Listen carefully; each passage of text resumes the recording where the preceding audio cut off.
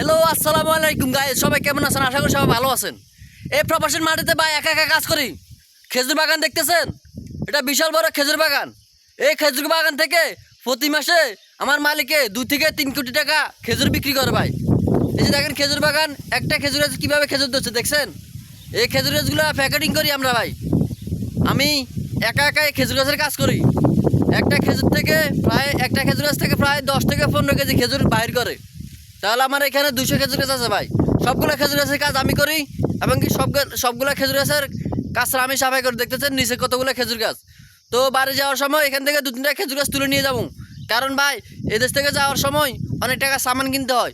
তো সামানের পরিবর্তে খেজুর গাছগুলো তুলে নিয়ে যাবো। একটা খেজুর গাছ যদি বাংলাদেশে নিতে পারি, তাহলে একটা খেজুর গাছ যদি রোপণ করি, তাহলে একটা খেজুর গাছ থেকে আমি বড় লোক হয়ে যেতে পারবো ভাই। কারণ বাংলাদেশের খেজুরের দাম অনেক বেশি। দেখতেছেন পিছনে খেজুর গাছ। আর একটা কথা বলি, সব আবার ভিডিওতে লাইক কমেন্ট করবেন। ভালো ভালো ভিডিও বানাবো, শুধু আপনারা লাইক কমেন্ট শেয়ার করবেন, ইনশাল্লাহ ভালো ভালো ভিডিও বানাবো।